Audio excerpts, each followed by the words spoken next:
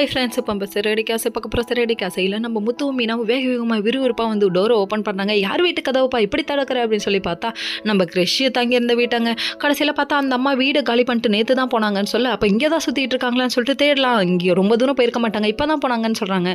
சொன்னதுக்கப்புறமா போய் இவங்க தேடுறாங்க. தேடிட்டு இருக்கும்போது வழியில் 2 பேர் சண்டை போட்டுக்கிறாங்க. ஆட்டோக்கார அங்கிள் கம்மனு இருங்க அங்கிள்னு சொல்லிட்டு சமாதானம் பண்ணி விட்டு இவரும் இங்கே வந்தாலும் கண்டுபிடிக்க முடியலங்க. உடனே சோகமாக வீட்டுக்கு வந்துட்டாங்க. இங்கே ஒரு பக்கம் நம்ம ஸ்ருதி இருக்காங்களே, அவங்க ரெஸ்டாரண்ட் ஓப்பன் பண்ணுறாங்க. அதனால் அந்த இன்விடேஷனை கொண்டு வந்து எல்லாருக்கும் கொடுத்தோன்னே ஹாப்பியாக இருக்காங்க.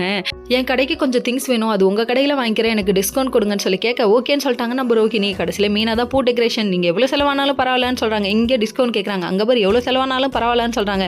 இதெல்லாம் மீனா மேலே உள்ள நம்பிக்கைமா. ஒன்ட்டா அப்படி சொன்னால் நீ விடுவியா? ஒன்றுனா 92 செலவு எழுத்து விடுவேன், அதனால தான் சொல்லாமல் விட்டாங்க போல. சரி, இது ஒரு பக்கம் இருந்தாலும் பார்த்து வயிறு எரிஞ்சிக்கிட்டே இரு காலத்துக்கும் அப்படிங்கிற மாதிரி ஆயிடுச்சு. இன்னொரு பக்கம் சீதா ஃபோன் பண்ணி, அக்கா நாங்கள் கும்பகோணம் போனோம், நீங்கள் வரீங்களான்னு சொல்லி கேட்க, நான் வரலை அப்படின்னு சொல்லிட்டாங்க. அம்மாவை கூட்டிகிட்டு போகிறான்னு சொன்னோன்னே ஹாப்பியாக ஃபீல் பண்ணுறாங்க. அதுக்கப்புறம் அங்கேருந்து இங்கே வந்தால் சம்மந்தின்னு சொல்லிட்டு விழுந்து கவனிக்கிறத பார்க்கணும். அடேங்கப்பா அருண், அதுவும் இல்லாமல் அத்தை உங்களோட பழைய செருப்பு வேணால் நான் புது செருப்பு வாங்கிட்டு வந்திருக்கேன்னு சொல்கிறாரு.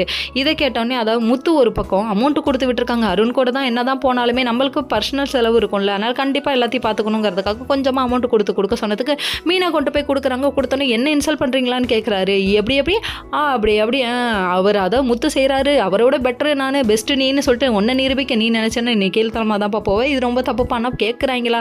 கடைசியில் இந்த போட்டி போறாமையை விட்டுட்டு முதல்ல வாழ்கிற வாழ்க்கையை வாழுங்கடாப்பா சாமி அப்படிங்கிற மாதிரி ஆயிடுச்சு. சரின்னு சொல்லிட்டு இவங்க கிளம்பிட்டாங்க. என்னடா பண்ணுறது, புருஷன்